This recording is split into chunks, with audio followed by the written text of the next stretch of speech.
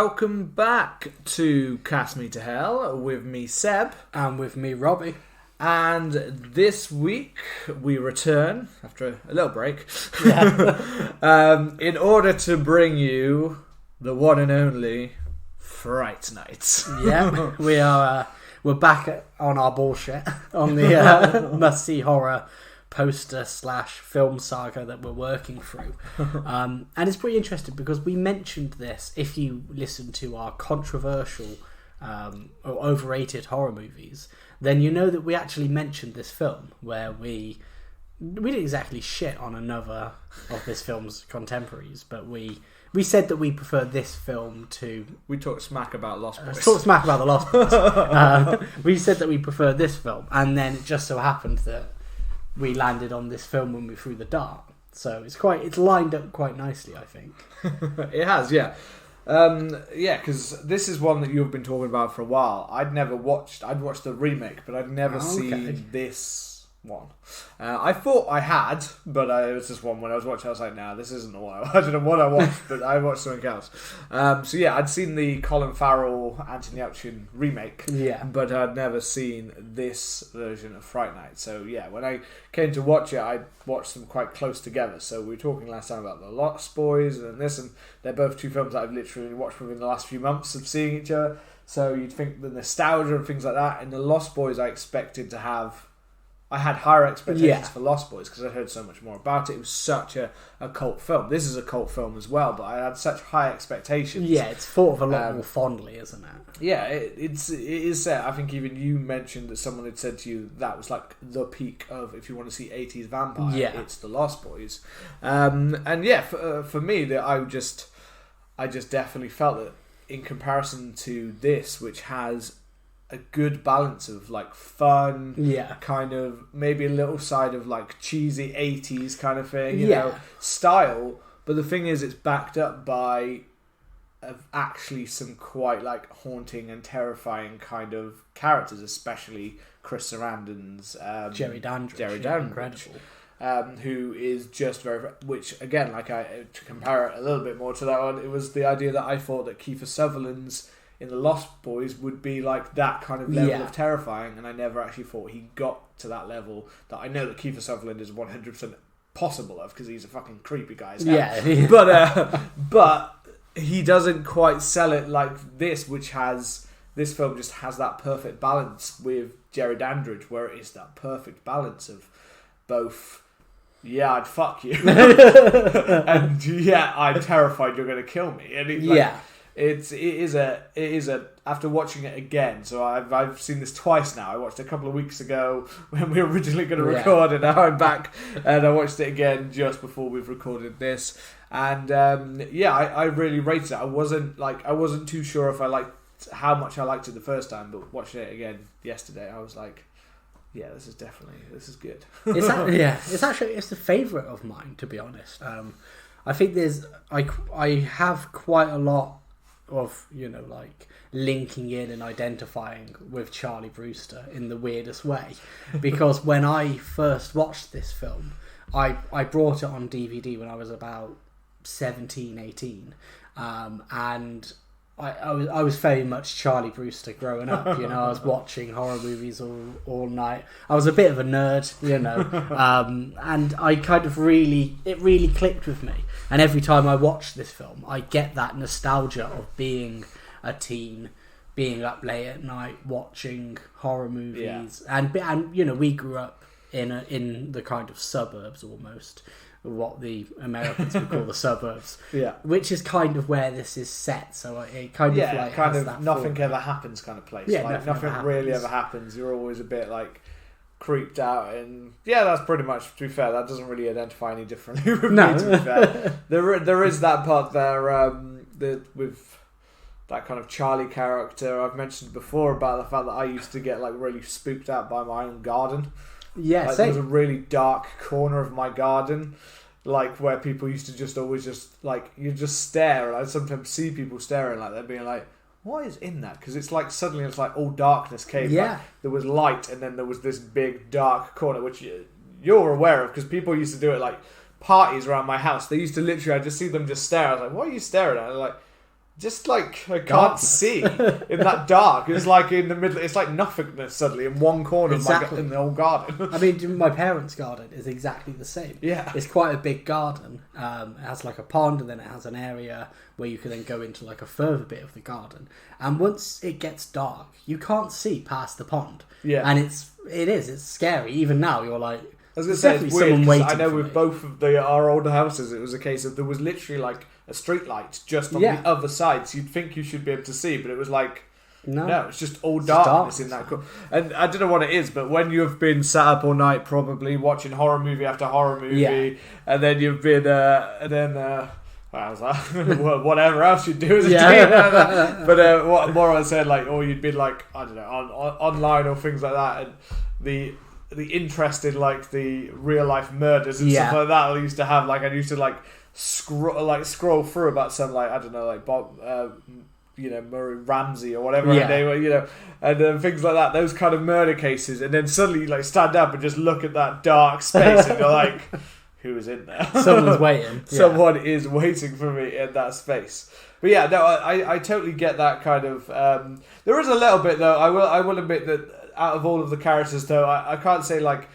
I definitely relate to that being a teenager, being a thing, looking out your window with the kind of what the fuck have I just seen? Because there was plenty of times when I looked out the window, I was like, what the fuck is that? Like, who is that? Like, is that person just like looking up at me? I feel like I've had like those moments, like someone walking by, it's like, you just staring at me. Yeah. But yeah, although at the same time, I gotta be honest, it was actually, out of all of the characters in the film, Charlie's the one that actually I probably liked the least. That's interesting. I found him quite, and it's not like he gets a great opening. Like, anyone who watches it now, past maybe a like slight nostalgia of the character, like, he comes across a bit of a dick with his partner in that opening scene. Yeah. Like, there's a little bit of, I don't know, what would they call it? Gaslighting to get her to have sex and stuff. Or is that the right one? I don't know. But there are a little bit of that. I get there's like a teen, there's a certain kind of its time kind of thing. But it definitely is like a little bit of a, like, it feels like he manipulates her into changing her mind about it. Like we've been together a year. Let's fuck. Like, come on, when are we going to do it? And and then he's pretty much, and it does that does play like a part in the film. And I think it is meant to be part of the arc of their kind of relationship. Yeah. He goes from this to then getting constantly so distracted by the things that are going on that he neglects and forgets about her, or he's so drawn in by what's going on next door. He keeps neglecting her, and she keeps like coming round and round. Like, she does several things to him, like walking out when he's not even listening to her. After they were that close to like actually doing it, but he got too distracted by the window. And then there's the other one in like when they're talking, and he sees like the news when they're in the cafeteria at school, and she like slams a burger and a sloppy Joe in his face because she's like, you're a dick. And this keeps playing, and that mistrust kind of comes in later with Jerry Dandridge's character. But I will admit, that opening, I was like, well, I'm not warming to this character. Well, Anton Yelchin was much better than this guy. Well, I mean, I'll get the plug in there as always before we get started properly. But if you enjoy the show, make sure to hit that subscribe button, and please leave us a lovely review. We're almost at 100 followers on Spotify, which is pretty fucking class. Cool. So remember to hit that subscribe button and leave that review.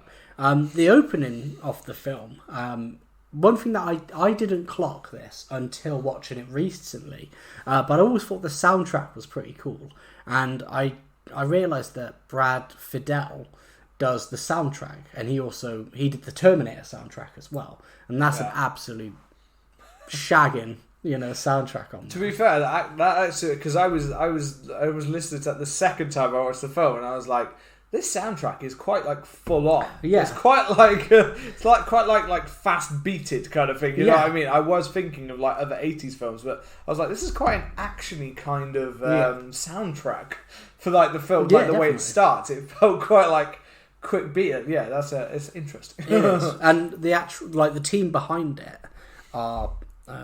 There's a great team and cast. You've got Tom Holland, and it's obviously it's written and directed by him, and he had a couple of I guess you could call it a couple of hits maybe, but in terms of the actual stuff that he worked. From what I saw, it looked like more. Yeah, they definitely look more like cult kind of films than it is. hits at the time. But we did the Beast Within, which is a really weird kind of werewolf film. Has a fucking really hilarious but mental transformation scene. And then he did Class of '84, which I don't know if I've seen or if I confuse it with another film. But I know that was a cult. He did Psycho 2 as well. That's a cult, which is a cult one, but it's a good film. Yeah, I've never watched Psycho 2, but I have heard great things about Psycho 2. Yeah, many people saying if you take it away from the original as its own kind of thing, it is a great little psychological slasher. Yeah, so it's a very different film, and it's one of those films where it kind of like shouldn't work because it's it's like Psycho is such a classic. Yeah, it's one of those that it's like you never needed to make a sequel to this film. Yeah, not only that, but you're making a sequel to like a '60s film in the '80s. Like tone-wise, it's quite distinct and quite different. But it was Tom Holland's first directorial film, and then obviously went on to do Child's Play with Chris Sarandon. Yeah, that's probably his biggest. Probably his biggest one, yeah. But I think as a starting film, I think it's a real strong one, man. He also did Finner, didn't he? Yeah, he did Finner. Which I remember I was watching many, many years ago. It was not like teens, but like in college years or stuff like that. We watched Finner. I think you'd seen it before, and you were like, let's watch Finner. I've seen it. I'd never seen it. I was like, what the fuck is Finner? It's a fun film. It is quite fun. I remember having quite a kind of TV movie-ish it's got that feel to it, though. It did look a bit like cheap at the time, but there was definitely something enjoyable about it. Yeah, it's a fun film. We had a fun time. And I think like that's one of the things about Fright Night is how much of a fun film it is. Yeah, it is just. I kept trying to put my finger on like what is the kind of chaotic energy that I'm getting from this, from the characters to the even to the special effects, and to me it was this has a very Gremlins feel to me. I don't know why. I can There's see like that chaotic energy, but also while having that kind of homely charm, that kind of small town charm, while also bringing in that bit that these kind of slightly bigger characters or kind of crazier characters to kind of fill it out. But no, the cast is pretty great in this film. I think the story setup is great as well. It's kind of I think it's kind of Rear Window mixed with Dracula. Like if you had to sell it to somebody, that's what it is. And the one thing that I remember this film doing, but only kind of on the most repeated watch, which by the way I mentioned this to you, I watched it on Amazon. I rented it and the quality was absolute dog shit. Like all of the shots at night was just so washed and so uncomfortable to watch. I restarted my PS5 because I was like, there's got to be a faulty connection or something. But it was absolute dog shit. But usually it's quite a nice looking film. You hear us, Amazon, give us free shit. I should demand a refund. Give us all of our money back. But it has that kind of like it gets into it surprisingly quickly. It does, yeah. I mean, to be fair, because the first time, until I'd like watched it through, and it wasn't until the second time that I even properly, although I clocked on to Peter Vincent being obviously in the opening. On Fright Night. I didn't even notice that he was in the opening film. I didn't notice it the first time. I noticed he was the presenter of the show, but I didn't realise he was actually in the film that was in there, which I love because it was such a like a proper like crappy level of 50s like one, where he even like goes at the vampire, but he has the stake the wrong way down, which I was like, was that on purpose or is that meant to be like that, but I little things that I didn't spot the first time around. I was like, that's it adds to the charm. It's quite cool because I liked the idea of that because for every like high quality one you had like some of the Frankenstein ones or even Christopher Lee's Dracula, you had many cheesy crappy 40s and 50s kind of level of like monster horror where they were just so campy and just so so like it's like you're not the monsters because that was meant to be comedy, you're trying to be serious and you're playing it like you're the monsters. Yeah. Like that kind of level of like horror. So it was nice to see them kind of play into like playing up that kind of very like campy period that they'd come, like reminding people that no, it wasn't always serious. It was actually quite a campy little time during that period. And that I think like one of the things that I love about the film is that it almost pays homage to that campiness. Like I think one of the things with Lost Boys is, just to shit on that film a bit more, is Lost Boys is is trying very hard to be cool. Yeah. Whereas like this film, it's just like, we're going to be fun, we're going to be campy. Well, it is. As I said, my major problem with that was that it all felt like style. It looked great. It looks better in many ways than this film does. But then there are a lot of things that don't work better. And when it comes to that, it's just like, for me, like in that film, the story was really lacking. And here, there's a lot to pack in, and there's a lot that happens.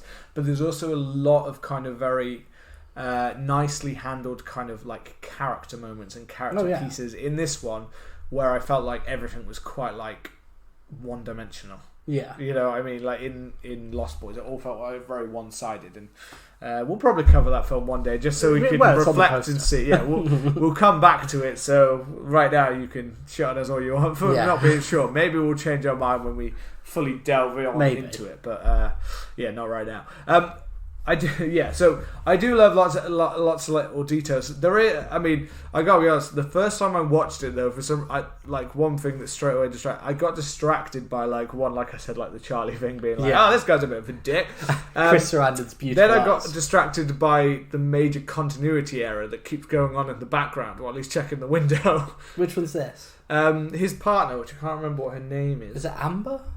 Might be Amber. Maybe that's the actress's name.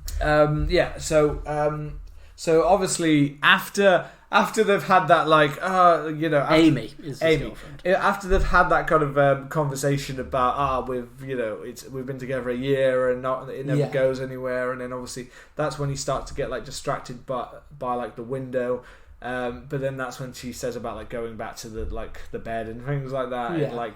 And so the continuity error is she takes off her top and gets a thing, and then when you flick back to him looking in the window, she's got her top back on. Then when you flick back to her, she's kind of arranging the sheet so it's covering her. Okay. And then when you flick back to him, she's taking it off in the background. And then it keeps like 3-4 times. So it was just while I was watching, I wasn't paying attention to him looking out the window. I was like, well, I was just probably looking in the background like we're about to see boobs. But instead I was like, oh wait, off, on, off, partially off. Yeah. Back on again, and then it like links. And then when he turns around at one point, she kind of has it kind of on again, and then it's up. It literally just goes back and forth. So I got really distracted by the continuity error in the background. I didn't notice. Them not leveling up the point when she actually was meant to have the top on or off, and then obviously So then it sticks to it more when it does the proper close up on her, where she's saying about he's saying about the coffin outside, and then it's on the TV. They're carrying a coffin on like the Misty Moors, and she's like, "Are they along the Misty Moor?" Like getting at him about the fact that he's like, "I'm naked now," and you're just like fucking looking out the window. Like, what are we doing here? Like, you're fucking with my brain. What's going on? So that kind of caught my eye, but also that's the first time you get the eye of Mr. Dandridge and his partner. His partner Billy. His Renfeld Billy, who's also his Renfeld rent boy. I'm glad you picked up on that. I was getting I've heard that apparently there was meant to be a sexual undertone between them. There was meant to be a kind of homoerotic. I mean that's the thing is like about vampires vampires are quite homoerotic. It's cool, man. It's all cool. I was gonna say. I'd always for most of the way I'd read Dracula. He's been around for so long. I would literally, to be honest, I would read him as pretty much like a bi character, to be honest, or just like completely fluid. Like he's whatever wants to bang me, and I'll bang whatever. He just wants to bang. He'll be banging bats. He'll be banging. As my friend said, we're all the same under the sheets. You know, like people just. They're just fucking. That's all they want to do. He's banging wolves because wolves are about. Yeah, maybe he does morph into a wolf, fuck someone, morphs into a bat, fucks a wolf. Like, they just fuck. That's it. There's Jerry Dandridge. He has no qualms about banging whatever you want. And I think it's been a while since we've had somebody join the club, but I think Chris Sarandon and Jerry Dandridge are officially members of the Sexual Man Club. It's been a long time since we've had a sexual man on the podcast. That is true. But he is a very sexual man. He definitely. Chris Sarandon as this character, he brings a real intensity to him. Like that real. I don't know. There's just like real like allure of like the man, the good vampire, the guy that literally well, the thing is. That's what's always been kind of the bet. And actually, to be fair, to shit again on Bram Stoker's Dracula, what I don't like about Gary Oldman is that I feel that there's almost no sex appeal about him. Whereas I feel that Dracula should be an intensely sexual character. I agree with you on that. Although my thing... Especially old balls. Those big droopy old balls. Gary Oldman. I don't think he's in the sexual not the Gary Oldman. I'm sure there are some roles when you could probably be like, maybe he's in the sexual man, but... not in that. No, I don't think on that one. Well, here's my thing is this the one interesting thing about this film, they touch on it a few times as like a subtle kind of theme, is the change in perception of vampires, right? So Peter Vincent is great. He's such an amazing character, and he's clearly, I believe the role was supposed to be for Vincent Price. Then I think they got the name from Peter Cushing and Vincent Price. Yeah. But he is very much that old style Van Helsing vampire hunter. With the cloak, the toolbox, very like English Doctor almost. He's that kind of thespian character. And I think one of the interesting things is when you're working with vampires, you have to try and kind of modernize them. Like, you can't really have like a Gary Oldman style, like pimp almost, like, early 19th century vampire in the 80s. You have to modernize them. And it's how do you go about doing that without leaning into the cliche of like Transylvania, Eastern European, Romanian gentleman in a suit. And I think the way in which they did it with Chris Sarandon as not only just like a handsome fucker, but he's quite stylish. He has this charm to him and I don't think his charm comes off as being hokey. No, it doesn't. That's one thing. There was one thing I thought, you're going to be like this. You're going to be a bit of a sleaze. Yeah. You know what I mean? Like, you kind of get that. But you actually don't. You kind of, he's weirdly like alluring. You as the viewer, as well as you can see with all the characters, are just really drawn in by him. Like the scene when you've got like Amy and Evil when they first like actually come face to face with him, and whether that's meant to be some implication of the supernatural power that he has, his allure, but also it's also just like, even if it's not that, you actually still believe that they could just be charmed by this guy, because he just is a naturally charming man. Like the mum that wants a pipe in. Mum wants a pipe in. Everyone wants a pipe in. And who doesn't want a pipe in? To be fair. I mean, even Peter Vincent, I think, wants a... At one point, he's like, Peter Vincent, he's... Roddy McDowall is very good, but I get what you're saying. I like what you're saying, because he's very much... I think that helps to play into the fact that not only is this an actor who's pretending to be someone, but it's also the idea that the classic kind of... Van Helsing kind of thing would be very out of his depth with this 80s vampire version.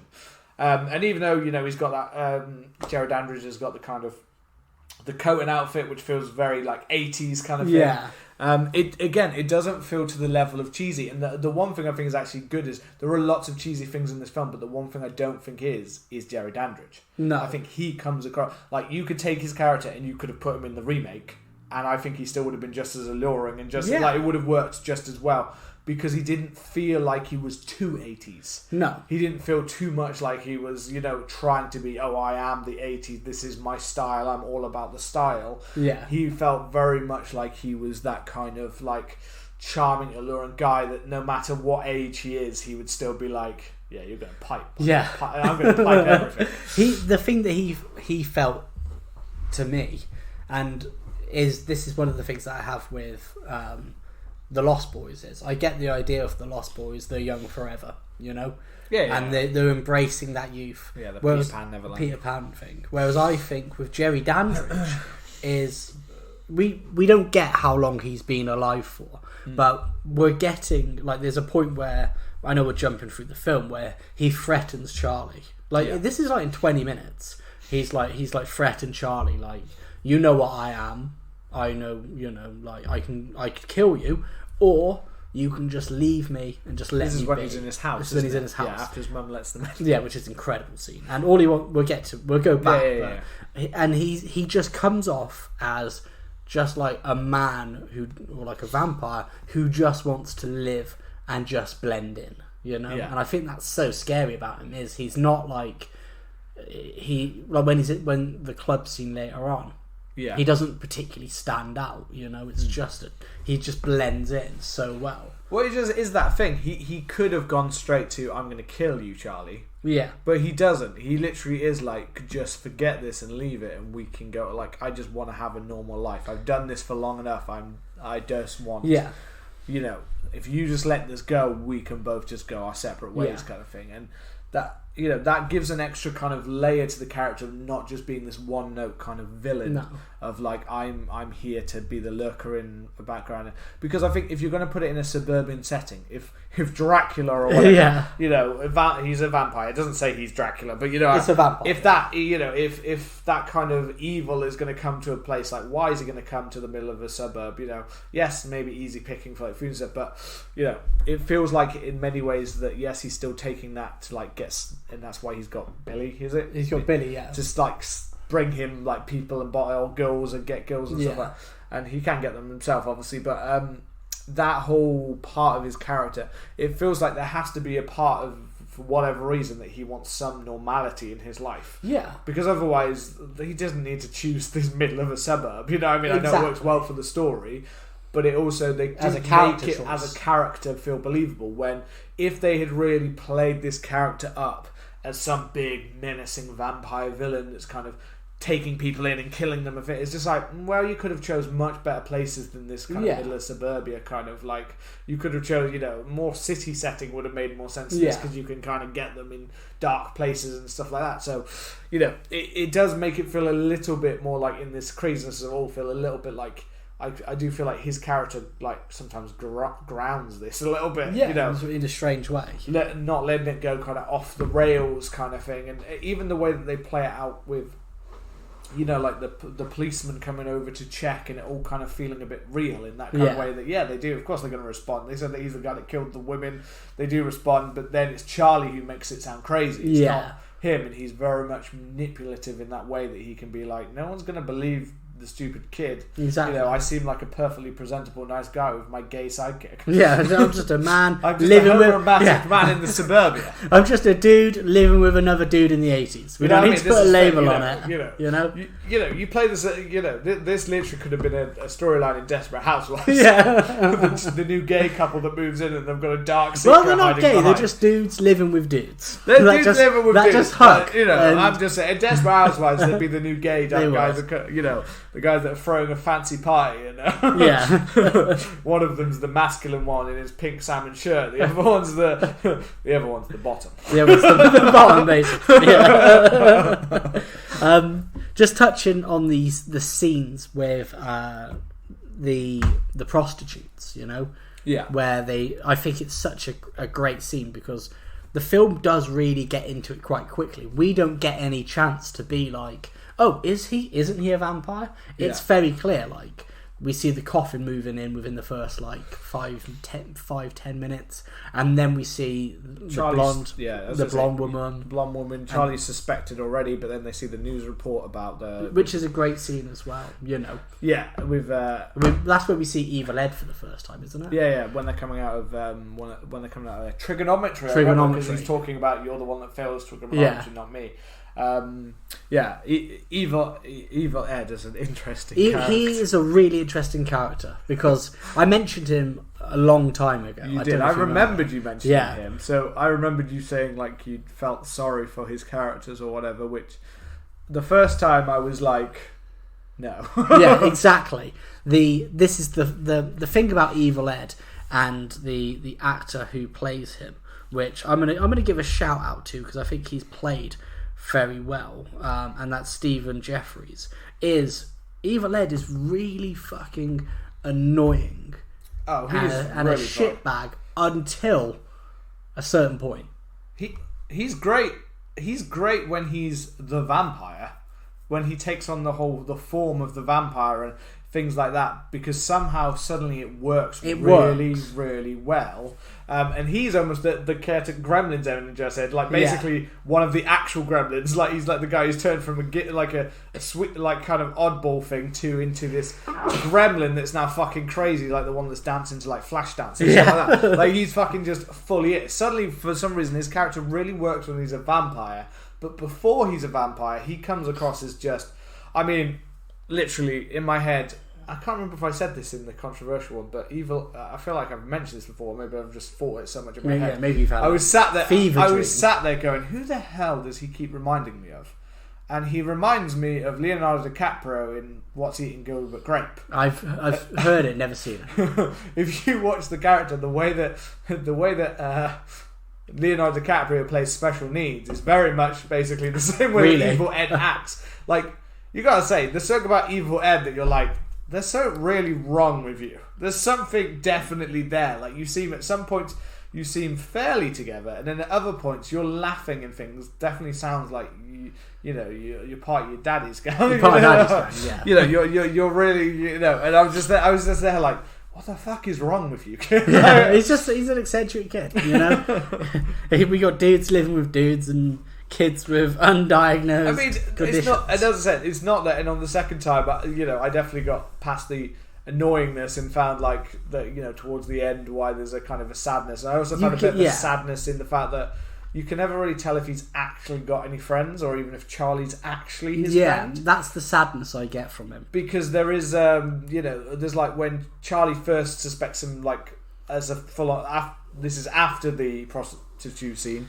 Well, that was definitely a scene that you were beaten off to, and this is what surprised me about it, because I remember it having a bit more build as, is he a vampire or is Charlie just nuts? Yeah. But we get the first prostitute that he bumps into, and then the TV that she's dead, and then like a couple of nights later, or a few scenes later even, Charlie's watching Jerry through the window with another lady of the night, and then he notices him. You were beaten off to that scene. I know you definitely were just beaten to it. When he's getting them first titties out. Yeah, when he's getting them titties out. You were beaten. And then Chris Sarandon's muscled body. And then when he pulls the blind down, and the theme kicks in, which is a really cool theme, and you see like just the first hint. You get the fangs, but then you're kind of like, oh, is this? But then you see the fingers, are real kind of long, and it's like, oh shit. First knows. Yeah, I was going to say, and it is only about 20 minutes in, so it does confirm it quite quickly. I can't remember exactly, but this was one thing popped into my head, because there's definitely a certain level of violence in this film. There's like blood and kind of a lot of like character creature kind of work as well. And none of that I remember being in the remake. The remake, I also remember being more of a PG-13 kind of. Yeah. It was definitely made for more of almost a teen crowd than it was for like a full-on horror.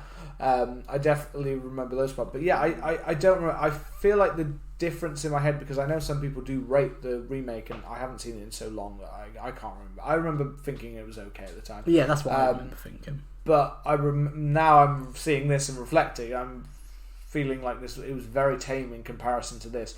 But the other thing was, I feel like in the remake, what makes it that way is because they do play up for longer the idea of, is he a vampire? So it is much more about like, is this kid going kind of crazy?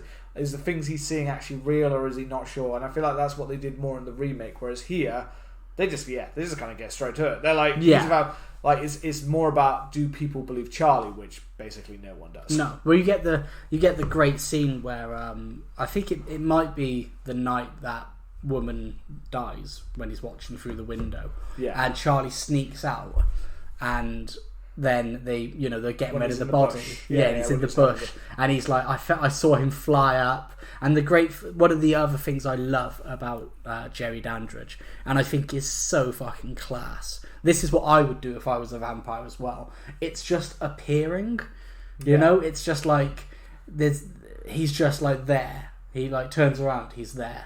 They're running. There's a point later in the club where they're running.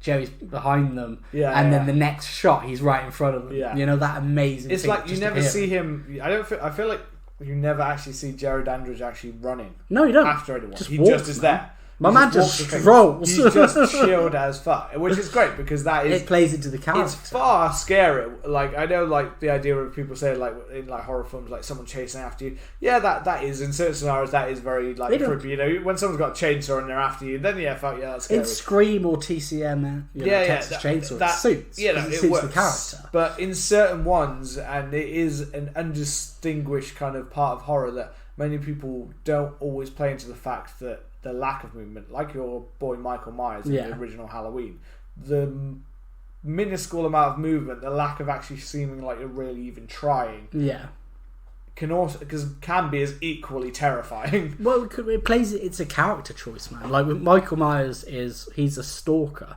and the thing with Jerry Dandridge is how long has he been alive for? How many people has he killed? Like he's playing with his food, you know what I mean?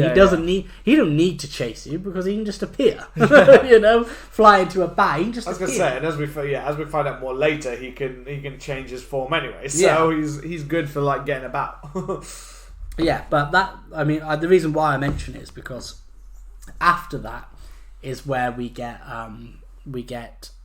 Charlie calls the police officer. Yeah. And they go to the house and they're like, Mr. Dandridge is away on business.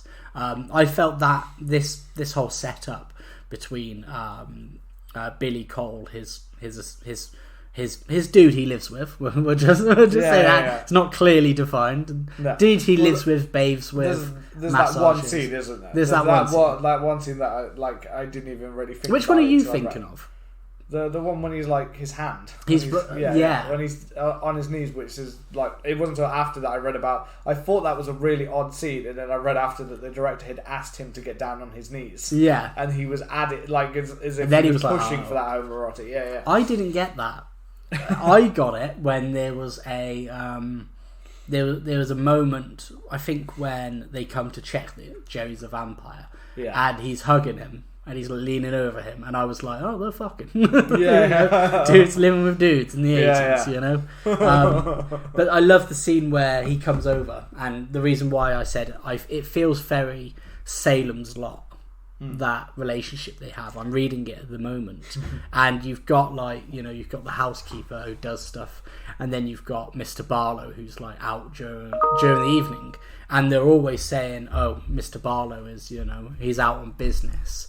And I love that setup. But the great thing about that is I read that originally Billy was supposed to be almost like a lumbering kind of like oaf. Yeah. But instead, the actor who played him decided, well, instead of being like really serious in this film, I'm just gonna have fun with it and be like really funny.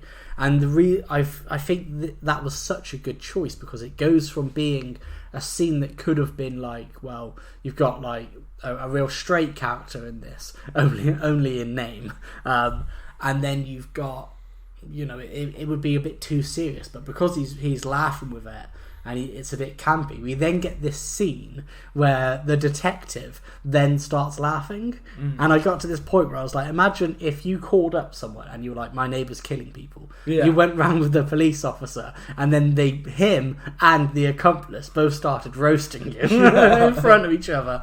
It was just such a funny scene, and I was like, fuck, like this is the point where people are like, Charlie, you're fucking nuts, man. Yeah. Well, from our reading about it, Tom Holland, the director, it says came from a very theatre-based background. Yeah. So they did a whole 2-week theatre camp thing, which they don't do for horror. No, they don't really do that for like a little boot camp or things like that, or a little theatre camp. They do that for dramas and things like that. They'll do that for certain dramas. Certain directors and stuff will do that more for those kind of films.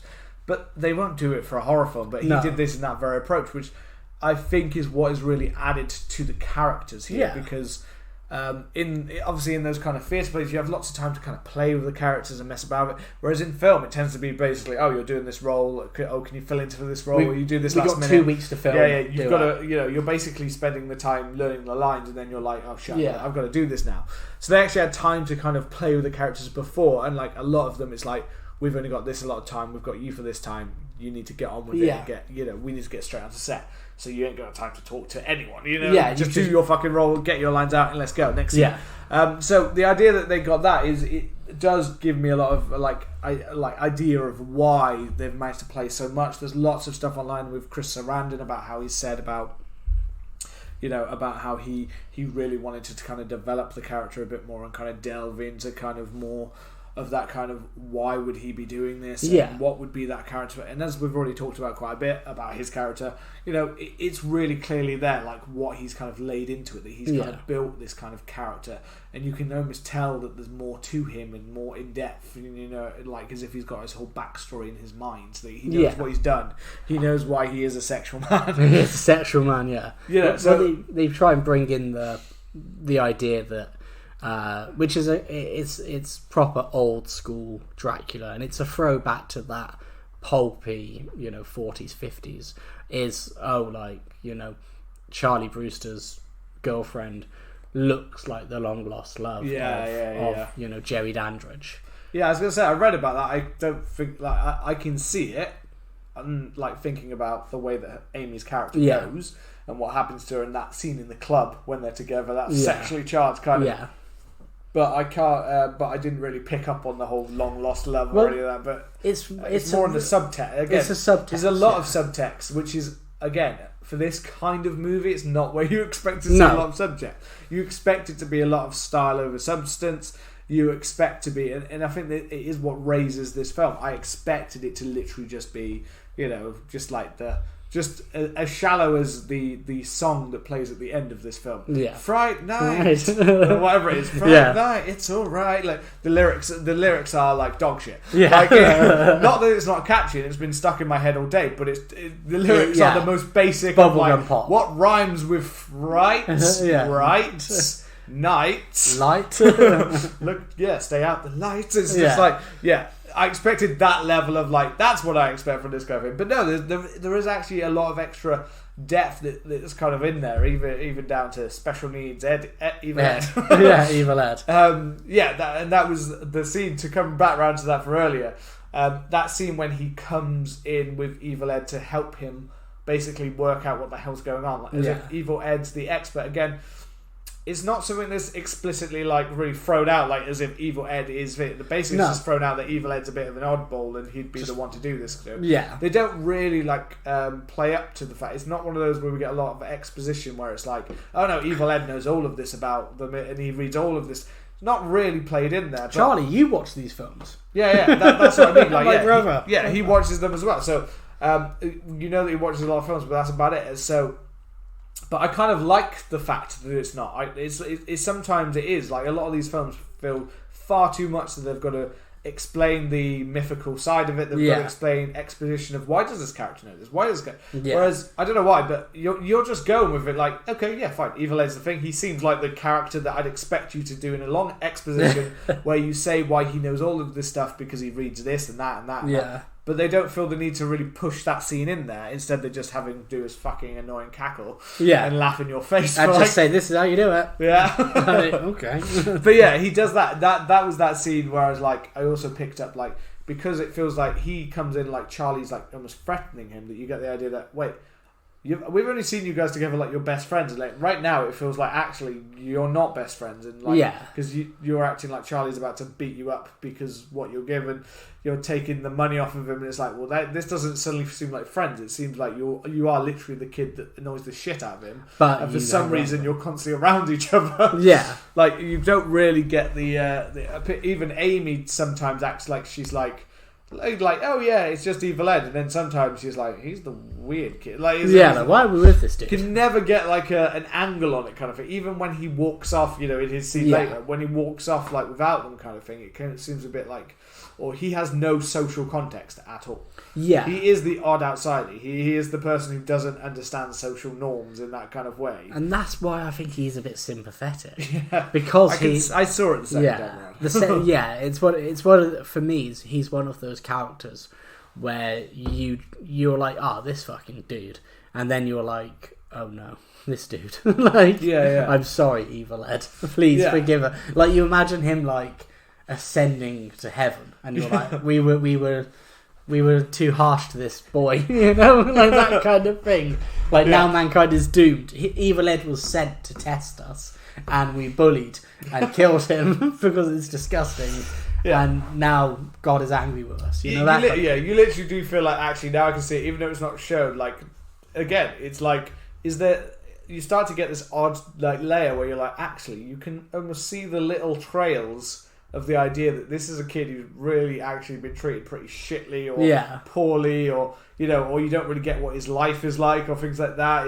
You do get lots of these little threads that start to appear that you're like, oh, actually, you are an annoying kid, but I'm starting to get maybe why you're an annoying kid. Why you've got this odd mix between like you're clever, but you're also extremely attention seeking. But you also have no social understanding at all. Like, nobody really raised you, or like we don't get any context of family. We see his room. That's all we see. And I can never even tell, because half the time it looks like it was an apartment room. It didn't look like he was actually in a house. It looked like he'd come into an apartment. And I was like, is Evil Ed like living by himself? Like, as a teen, I was like, I don't. Child of neglect, maybe. Yeah, trying to get that thing, because there was a long trail with Evil Ed where the first time I watched it, I was like, Jesus, this guy can't act for shit. And then I was like, there's some odd choices going on here. Yeah. And then by the time he becomes a vampire, it's actually like, okay, weirdly it's working. I've been swindled. I've been swindled into enjoying Evil Ed, because now I can hate him, because he is meant to be the evil bad guy now. He is evil Ed. Yeah. He truly has become Evil Ed. But I love the scene where, because it's the classic thing of vampires, he's like, surround your, put garlic links around around your windows, gives him a crucifix. And he's like, and this is a scene that I absolutely love. And the first time I ever watched this, it stuck with me because of how well it's done. Just in terms of storytelling, in terms of character, it's that he says to him, but the most important thing to remember is that a vampire can't come into the house unless invited in. And then the next scene, we see Charlie preparing his room, like his safety, and then his mum's like, "Oh, there's somebody downstairs." We go downstairs, we hear the theme, doom, doom, doom, and Jerry sat there. Yeah. He's one step ahead of him, and he's like, it's amazing because it's so well done. Yeah, it's fucking insane, and he smoothed his mum up. I love the fact he does all that, and at no point does he think about the fact that his mum will just be like, yeah, come pipe. Just come pipe. Where's Jerry Dandridge, man? Yeah. Come pipe. But then he has all of these moments where, she's like, come meet the new neighbour, and he's really charming, the mum loves him, and then he just keeps rubbing his face, and he's like, what? Did you think I'd turn up without an invitation? Yeah. And then he's like, well, now your mum's invited me, I think I'll turn up whenever I like. Obviously, if your mum's happy. Like that. And it's just so like, this is one of the moments where you think, Jerry Dandridge, you are incredibly charming, but you're so fucking evil. Like, you knew what he was going to do, and you just fucking beat him to it. Yeah. You were just ready for everything. He was stalking and watching, basically, just like, he's going to do. I know exactly what you're going to do, kid. I've done this he's done it before. Times. And that leads to the confrontation upstairs in his bedroom, doesn't it? That comes after that, which is great. Well, it is because you get to see Jerry Dandridge in his proper kind of form for the first time when he gets the pencil through the hat. He gets what I love is the little touches, he gets the pencil goes through his hand, which obviously hurts him, but at the same time there's the smoke. Yeah, there's a smoke, like a burning smoke coming off it. I can't remember what. I'm pretty sure because the whole room is obviously was covered in things like candles and all that kind of shit. But I love those little touches, like Mum's outside and just so fucking slow for the amount of noises that have happened. But... Well, she's asleep, isn't she? Oh yeah, because you have the great scene of yet again, Jerry just appears in her room. Yeah. And then he just walks through the house and he walks to Charlie's room. Like he doesn't.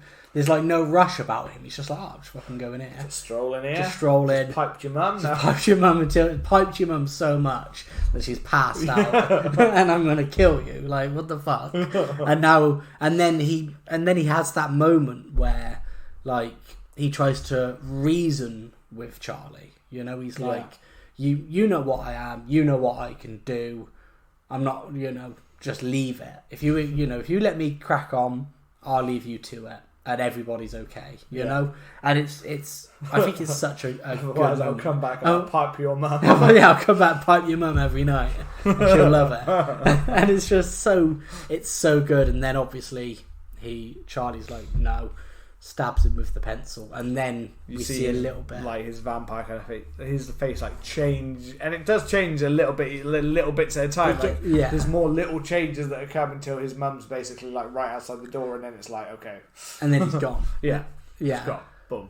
But there's other like moments where Jerry just shows how strong he is, where he just like opens the door that's been nailed down with no problems. Apparently, the actor who played Charlie broke his leg or broke his ankle whilst they were filming like a later scene or something, or like a scene where he's running down a flight of stairs. So they had a lot of the shots. They either had to like make him a special ankle kind of like cast, so that they could paint it and make it look like he was wearing a shoe and jeans. Or they just keep it out of sight, and this is one of the rooms, one of the scenes. Apparently, Chris Sarandon was like moving him around, and he was on like a dolly because he couldn't walk and couldn't stand up. And it shows like there's just like commitment to it and working around it. Yeah. Instead of just being like we're going to stop for a while. Yeah, so they're like, no, we're taking time off. They're just like, nah, we'll crack on, man. Yeah, because the director had said about the fact that they had pretty much like freedom with this film. The studio didn't really interfere at all. Yeah, I read that I actually really interestingly. So I read that because we do our thorough research. So I read that sometimes I read that this was produced by a company. I can't remember or can't even find what the name of it is now, but I think it was called like Calico or something like that. And they basically it was by Columbia, but then there was I think somebody else who was involved, and they basically were focusing on Vistar Films. It's not Vistar Films, but they were either way. The studio were focusing on John Travolta's Jamie Lee Curtis film. I think that's the one where they're doing like the aerobics one and they're looking at each other. It's the only thing I know of that film. I don't know what the plot is. I don't know if it was successful. I feel like it wasn't. I feel like actually the part of the story is the idea that this one probably turned more of a profit than that one did. Probably. But it was I think this is it. It was a place called Carolco Pictures, and they're blockbuster successes with like Rambo, Total Recall, Terminator 2, and Stargate, and they were looking at producing a direct sequel to Fright Night because they went on to have another sequel, but then they were looking at getting Tom Holland back in to do one. They were looking at getting Chris Sarandon. They were looking at getting the band back together, and then it got put on hold. Because and this is something that I didn't know. I knew about the case, but basically, the chairman of Carolco Pictures, Jose Menendez, discussed making Part Night 3. However, him and his wife were then murdered by their sons Lyle and Eric, which was like a big, massive case in America where they claimed somebody had broken in, killed their parents. Turned out they had did it, And I believe... I know that. Yeah. What did you say then last name was? Menendez? Yeah, Menendez. Menendez. Yeah. They're big. I didn't realise that they were film producers. Yeah, they were film producers. And I did not know that part of the story. And I believe that the next series that I think Ryan Murphy... Dharma. That Dharma the sequel to Monster, or whatever it was. Or the Monster Dharma or whatever it was. Yeah, I think it was. But the next one is the Menendez. The next one's got to be the Menendez brothers. Yeah. And I didn't realise that had happened. Like, this was connected to it, and it stopped the sequel. No, I didn't know it was connected. I've heard of it, but I didn't know... didn't know that connection between the film company and... I didn't even know the Menendez had anything to do with... Like, they didn't do... They've already done, like, a Menendez murderer series. Yeah. But I think it was more on the court case and the people in the prosecution side more than their brothers themselves. Yeah. Whereas I think the new one will be more about the brothers. The brothers, because I heard that the brothers claimed that they were like sexually abused by Jose Menendez and all of that kind of stuff. Yeah. So it'd be interesting, but I didn't realise there was some kind of connection to Tom Holland. Yeah. The links that you get in life, man. But going back to very interesting thing. Which I cannot stop every time is that then he went on to be Spider-Man. I can't stop, like, every time you hear Tom Holland, it's just like he's everywhere nowadays. So it's like, to be fair. The difference Tom Holland. Yeah, if you have been saying this whole time being like, why the fuck is Spider-Man doing? Yeah, how is a Spider-Man? Isn't he like 12 years old? Yeah, it's done a film. And then I think after that we then get a great scene where they hire Peter Vincent, and another kind of element I love to the Peter Vincent character is that he's basically like a hack. He is like, in my mind, he is where Vincent Price, like, if he'd have this, I can't say this without being really insulting to Vincent Price, and I don't mean it. He's a king, but almost like if he'd have just done that, if he'd have had one good film and then just done that same character for the rest of his life, he's like that. I think that Vincent Price kind of did become like that. He became it. But I think that's why this is so based on it, because Vincent Price did some great horror and was such a master of horror and such an inspiration for many within like his character and his style. And to this day, there are still people that stylize themselves on his voice and his characterizations and stuff like that. Tim Burton basically made a career out of him. Yeah. But there was, there is the idea that also he did kind of become away from this kind of actor thing and became almost more of a promotional tool. Yeah. He did become an actor by the end. He was quite often just used for things, or his face was plastered on things, or he kind of became one of the first like truly like marketable horror icon. Like the people know, like they think horror, they think Vincent Price, but not always necessary for the right reasons. Sometimes it is because he was this kind of, he was playing this character who seemed really scary, but he wasn't really scary, and that kind of plays here with Peter Vincent and Roddy McDowall's character is that he is this kind of cowardly character. He's a has-been. Yeah, he's exactly what you expect to see from basically someone who is like a TV star known for doing that kind of thing, and then suddenly it's like, oh, I meant it. You think I actually know what I'm doing here? Yeah.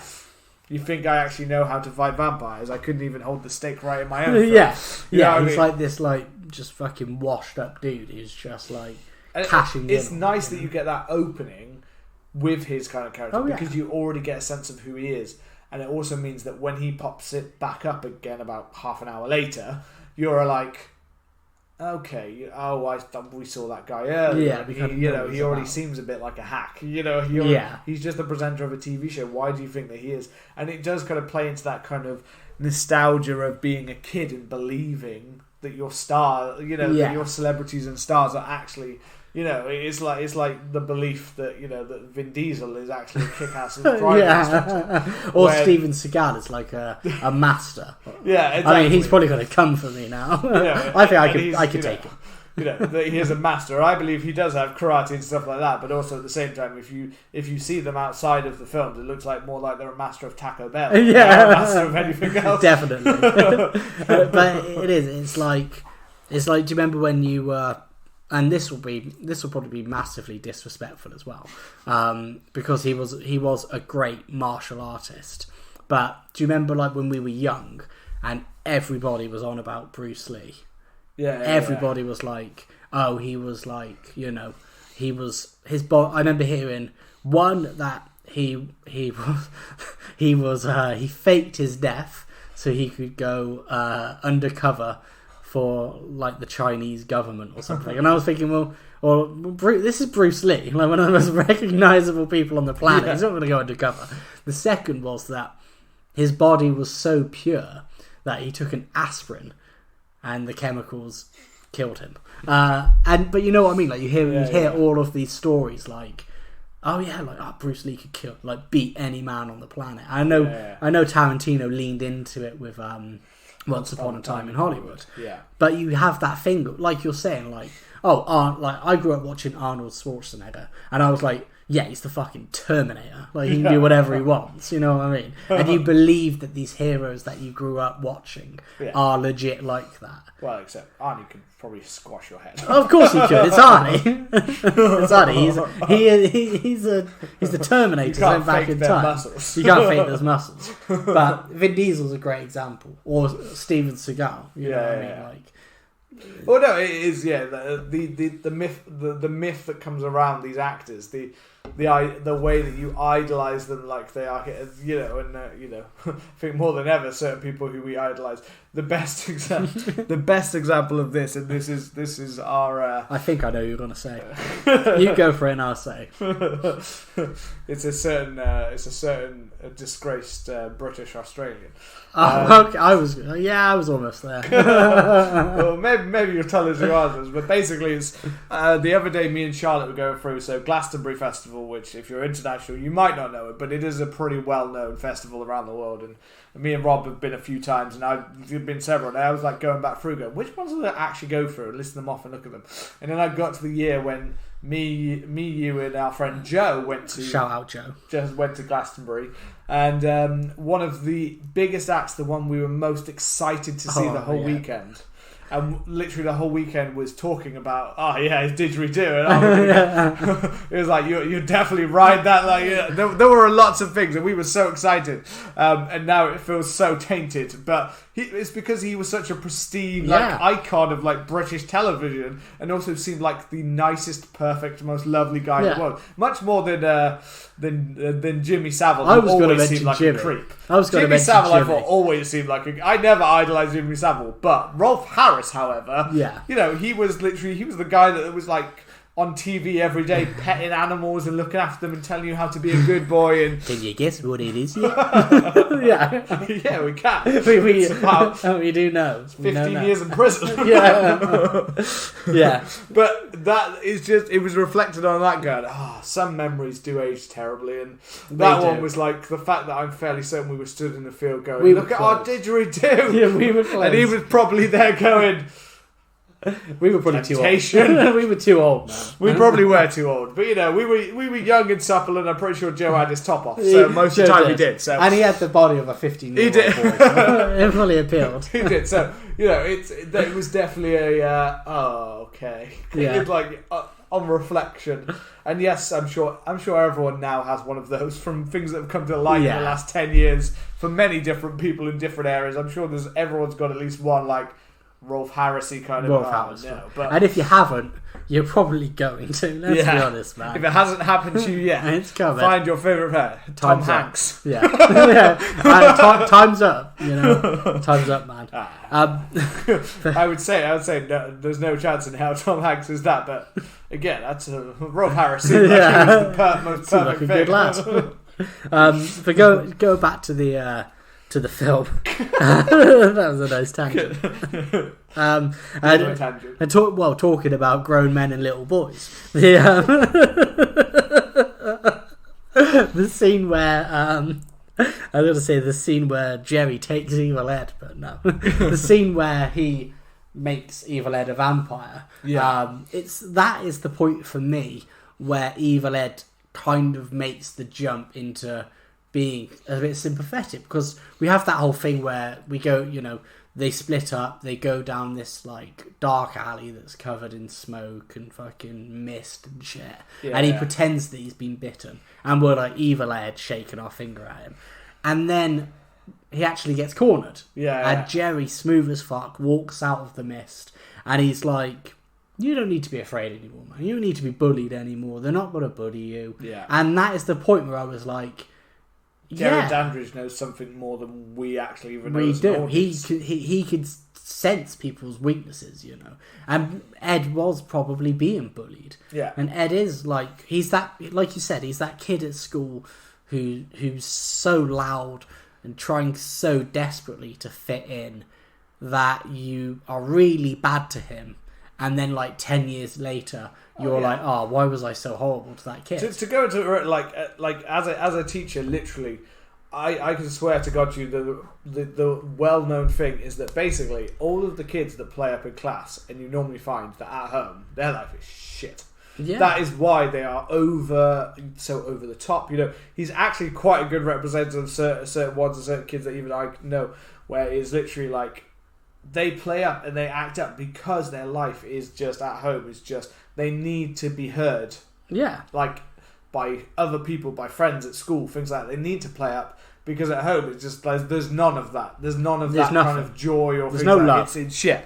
You know what I mean? Yeah, there's no love. There's no thing. Or it's the opposite of they are so beaten down kind of thing. Not literally, but you know they're so like pushed, like boxed in by their parent. They need an outlet to kind of let it out because they're so like can't do a thing, can't do anything. You know what I mean?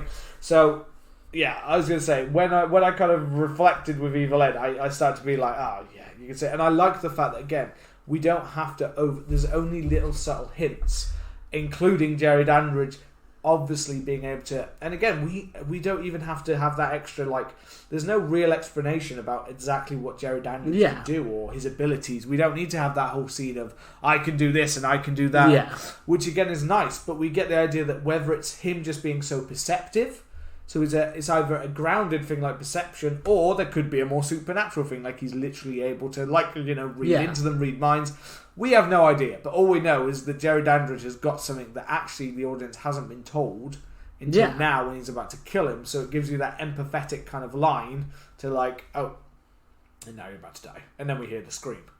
Which is another like kind of, this time it's like, oh, I'm sure they're just messing around. Charlie's not so sure. Amy's like, no, he's just being Ed again. He's just being evil again.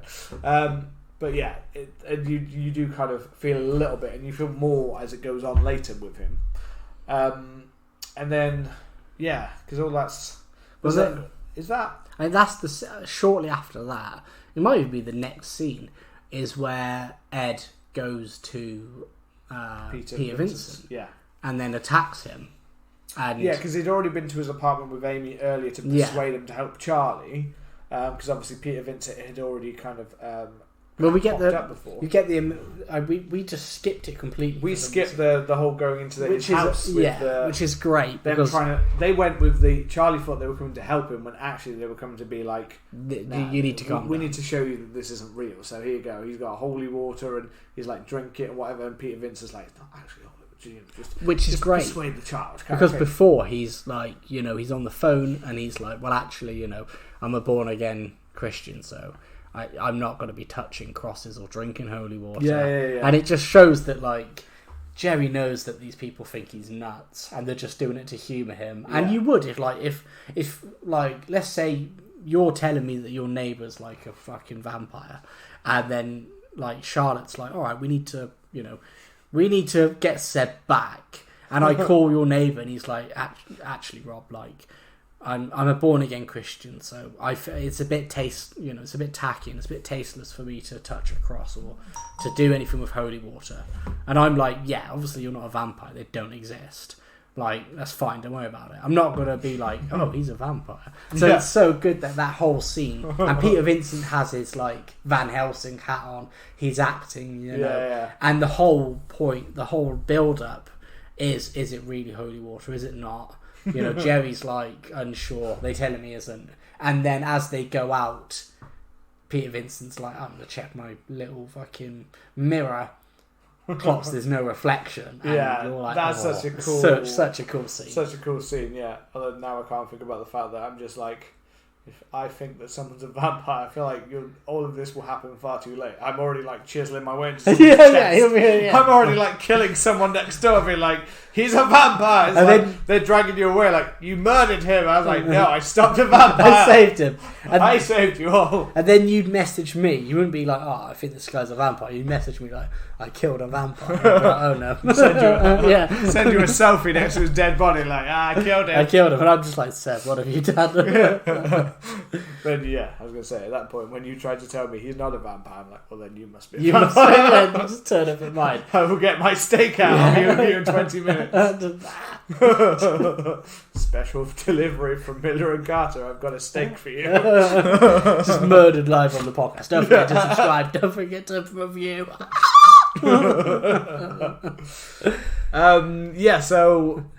So that scene's really cool, and obviously that's when Peter Vincent truly shows who he is, because the second he realises it is all true, he just fucking goes to leg it. He's like, I'm out of here, I'm gone, and then obviously later on we come back to Ed comes. Ed's been then turned after they've left that, because I don't know why it keeps really that scene. That's the perfect scene again to show that Ed's not completely right, like his social thing, like. Because they go to they say that they're going to take Amy back, and then Ed's like, I'm going off, and he's like, no, not before we take Amy back, and he just makes his little cackling laugh, like he doesn't understand what's going on. Like, what do you mean? I don't walk people home. I don't know what's happening here. What do you mean, women's safety? What do you mean? Just walks off. Yeah, they're like, we need to stay together for safety. He's like, what the fuck are you on about? I'm going. Again, I understand that to Ed, nothing actually bad is happening because he doesn't believe it. He does understand it, yeah. So you get that bit when Evil Ed appears, and obviously it's very cool because you get to see just how cowardly Peter Vincent is, but that he has such movie memorabilia and bits around his house that it literally is what kind of saves his life from Evil Ed trying to take it down. Because again, when Evil Ed is in this vampiric form is when he actually suddenly that over the topness suddenly really works. So he's laughing and thinking and enjoying all these moments with the added little extra layer of evil that I'm coming here to basically kill you. Add something to it, it suddenly makes his odd character work. But it's because it seems again though, all the Evil Ed gets is pain. Yeah. All he gets is basically just beaten and trashed around. He never really gets to succeed at anything. No, of course he doesn't kill anyone, I don't think, does he? No, he gets... What happens is, he goes to ambush Peter Vincent, and then he gets battered. He's like, cross to the face. Yeah, he's like, I become a vampire. I'm a creature of the night. I'm invincible. Yeah. Oh, within 5 minutes, I'm now horrendously scarred for the rest of my life. Old man is beating your ass. An old man's beat the shit out of me. Rolf Harris. An old man's beat the shit out of me, and then I'm dying horribly. This has not been my night. I mean, again, it looks so cool. He goes into proper vampire form when the cross burns into his head, and you've got that quite iconic shot of him with the cross burnt, scarred properly deep into his head, and he's literally screaming, crying, and he basically just runs off and jumps out the window. The master's gonna kill you. Yeah, he's literally suddenly seems slow. He suddenly seems like a proper low grade golem kind of. He falls into that fraud character, doesn't he? He does, an ass sucking fucking shit feeding vampire, Yeah. And I think around now is also when you get the club scene. I think they're kind of back to back. Yeah, they are. That kind of to kind of go for it. Yes, there's we've already said about that he just seems to blend in. Jerry Dandridge just seems to be perfectly. You don't even necessarily spot him. I love he takes the jacket off to go into the club. Yeah, and he's rocking that grey sweater. He's looking like a snack. I was going to say, yeah. Well, he has several later when he's in the house, he's got a proper tight white tee on. Yeah, and good. Full arm length, but he's there just I'm fucking. This is good. He's just this is fucking good, man. You want it.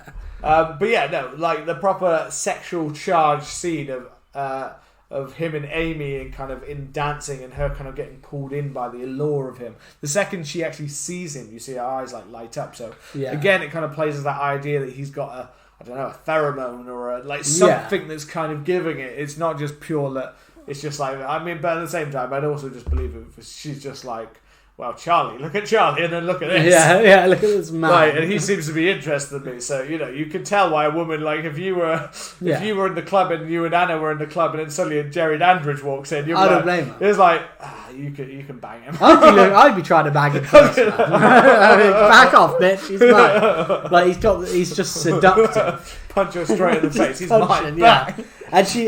But that scene is great because it's like. It's this, like I was saying, it's a update and it's a modern version of, you know, this whole vampire seduction. Yeah. Because I know this is a film that will probably, because I think it's on the list as well, so this will cause a fracture and a civil war within a CMTH. But it's, you know, in Dracula, you get the scene where they're like stood on other sides of the street.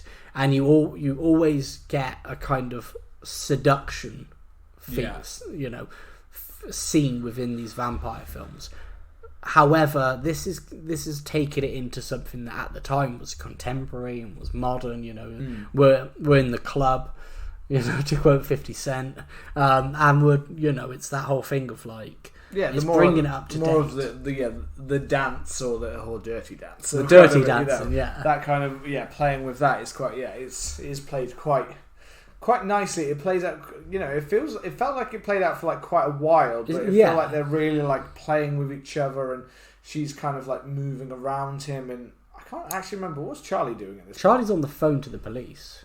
I thought he was doing something like this. He's just beating off. He's in the cuck chair, just watching. It's just more like, it was in my head. I was like, again, it does show that, to be honest, that Charlie doesn't really deserve Amy anyway, to be honest. Because literally it's like, I have to walk with you. I must protect you. No, don't go, evil Ed. We're in the club. Look at this big space with lots of people, and you can be taken at any point. Lots of dark shadows and corners.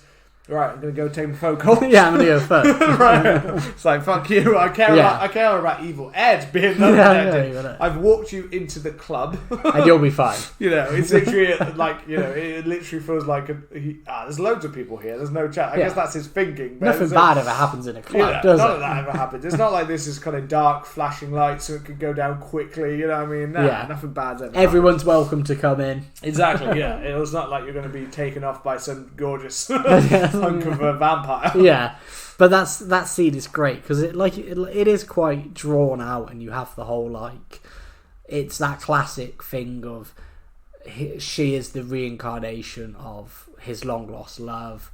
Which again, I didn't get that at all. I don't know if did they say a dialogue line about it? Like, no, that's what I mean. So I didn't really get it's something that's vague. I got like a closeness about them, and the way that he like dresses her, obviously when he takes her. Yeah. There was a little bit of a like as if there's an odd connection here, but I didn't really think it's not massively played I didn't up, think of the old long lost love kind of Imhotep kind of, no. you know.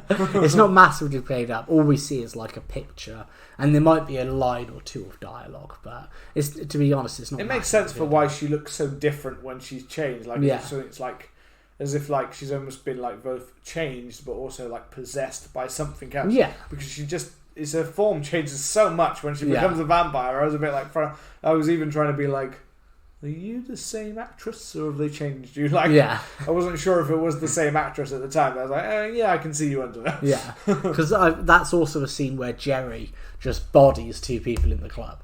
Oh yeah, starts swinging and slices one guy's neck straight open, and then just chucks another one around. Yeah. And then he's just kind of gone. It's like, nothing happened. Yeah, nothing happened. It's fine. That actually reminds me, though, why I'm on the Amy situation is there is, I feel like maybe it is done for a reason, but I will say that at the start of the film, it also kind of annoyed me for about the first half until she gets to this point when she seems much more sexualized, obviously, in the club. But before that, for about the first couple of scenes she's in, I was really thrown off by her fucking hair. I was like, I'm pretty sure you're closer to maybe like a late 20s, 30-year-old woman. Really? But, like, I felt like she was like at least mid-20s. So she wasn't a teenager. See, I thought she was a teenager. Because there's the scene, you know, where it's basically the scene after, so it's all right to kind of jump to it, where, you know, they have like the fucking scene. Yeah. And my thing was like, I thought she looked 16, 17. I thought she looked around Charlie's age. And then Chris Sarandon, or Jerry's character, is clearly like late 30s.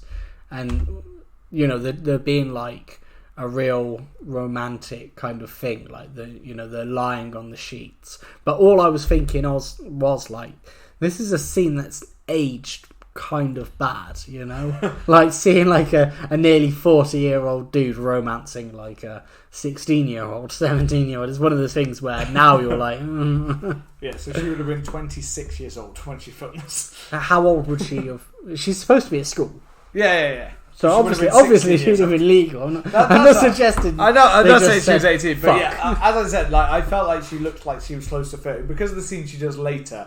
Maybe. I've seen that. But my problem is the fact that for some reason to almost de-age her or unsexualize her, they put her in the least flattering thing to basically make her look like a little girl, which is by doing those weird fucking pigtaily things in her hair, which I just thought, I was like, you look fucking... It looks like they're trying to make you look like a toddler. It's a little weird, isn't it? It's really... I found it really weird. The hairstyle choice at the first couple of scenes when she has those weird pigtails and it's all over the place and it literally just reminded you of like what a little toddler looks like when they put their hair... And like, it's just like...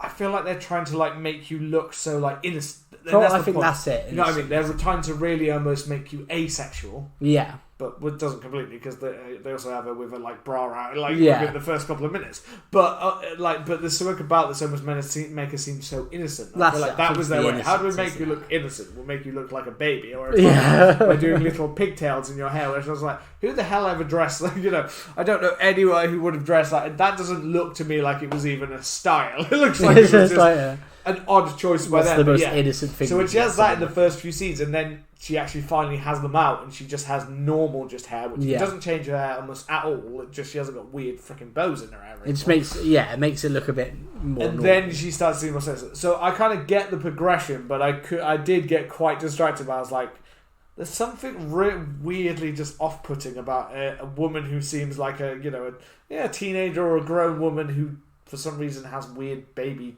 pigtails in it. It is a bit weird. It was an odd style choice. I understand the idea. I guess because of the age. Like, it's not. I think it's not uncommon for like people that age to play teenagers in horror movies. You know, we know that. But I think Evil Ed and Charlie, they kind of look that age, especially Evil Ed. Yeah. They both look like teenagers. The actor for that's it, William Ragsdale. He gave me a real like George McFly kind of vibe. He did look really. I think he's what would that be, about 23 when he did it. Which again is very very very common for them to be that kind of age when they do those kind of things. In fact, Evil Ed was the youngest, and I can kind of get that because he did look quite young. Yeah, he did. He looked like a baby. Like, he did. He would have only been about 20 when he did the role. So, which is still quite young when you actually think about it. Yeah, and normally, there's never any, if you look at any teen drama. Yeah. You know what I mean? Like, if you look at, what's the one that's still going, like, what is it, Riverdale? They're all like 35 year old. Yeah, they're like 40. By the time they've been at end this year, I swear. By the time they're done, they're going to be like closer to like mid-30s to nearly 40-year-old people who are meant to be like teenagers in high school, or literally any other like show that you've watched like 90210, and it's like, here's that 40-year-old man. It's like, oh man, my parents grounded me again. Well, he's like got a beer. He's got like a beer gut hanging out, and he literally looks like he's got like arthritis and receding hairline. Yeah, exactly. Like, God damn, I can't go to the dance. You shouldn't be going. You're too old. Yeah. So, I totally get those things, but anyway, I can see why, they definitely, I'm not saying they don't seem like teenagers, they do sell the parts well, they do seem like they're still like young enough to be, it was that like, I can even see why she's like played up as like innocent to me, so that later on when she's more sexualized it seems more it's the impactful, corruption that she's been brought in when she's in her white dress and and she starts to turn when she suddenly has hair extensions and she's suddenly got like hair gets much longer, doesn't it? Blondish hair and blondie browny hair, and it's all like changing quite a bit. And this is kind of building, obviously, when she's taken and he has to get Peter Vincent to properly help him. Yeah, it's kind of the last 20 minutes. And then we're into the third act. Which is a really good third act, I think. It is really good. I did feel like it just went from... and I really like... And some of the special effects stuff here is really cool. Again, the reason Gremlins came to my head is because some of the effects, like when he's like in bat form and stuff like that, really reminded me of like one of the Gremlins. But it was... I looked at this earlier. Now I can't actually. Yeah, I can. Richard and Nuka El and Luca or something like that. He did Ghostbusters. Yeah, I already did. And he did Return of the Jedi. And so he's done a lot of kind of those kind of, and he did a lot of Spielberg kind of ones. Yeah. He has like 4 Oscars. Oh, wow. Richard Edlund, that's the one. Richard Edlund. Yeah. So Industrial Light and Magic again, which was used for a lot of early Spielberg stuff, used in Star Wars, Raiders of the Lost Ark, Battlestar Galactica, Poltergeist as well, which has some awesome special effects. But yeah, I was expecting a very similar, like Joe Dante kind of because I do feel that this film, that's what I got, a very Joe Dante kind of feeling to this. I can get that. That kind of there is that kind of charm that comes with it, while also having that kind of playful darkness that comes with it as well. Yeah. I did feel so with the film, I loved those kind of parts. Although there was a little bit of me that did start to feel like they were in that house a long time. And it felt like it went from one little battle to the next little battle to the next little battle. Because each little battle had a different stage of a different character. So you've got like Evil Ed, obviously being in normal form, going up a Peter Vincent, and then suddenly he's in wolf form. Yeah, which is really cool. I didn't